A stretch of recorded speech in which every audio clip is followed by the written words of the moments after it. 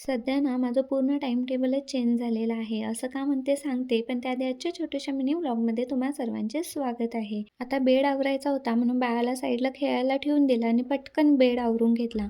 आज आम्ही इतक्या लेट उठलो की मम्मीची सर्व कामं आवरून झाली होती आणि आता बाळाला अंघोळ घालायची होती म्हणून बाळासाठी लागणारे कपडे साईडला काढून ठेवले. आता या टोप्या ज्या आहेत त्या मी मिशोवरून ऑर्डर केलेल्या आहेत आणि याची क्वालिटी खूप छान आलेली आहे आणि या टोप्यांसोबत हे हातमोजे आणि पायमोजे सुद्धा भेटलेले आहेत. तुम्हाला घ्यायचे असेल तर प्रोडक्ट टॅग करते, तिथून तुम्ही घेऊ शकता.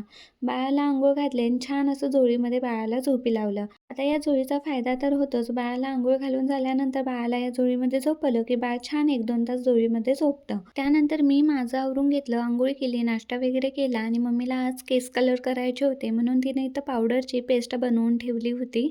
ही जी मेहंदी पावडरची पेस्ट आहे ती जर चहा पावडरच्या पाण्यात बनवली तर त्याचा रिझल्ट खूप छान येतो. नक्की तुम्ही ट्राय करून बघा.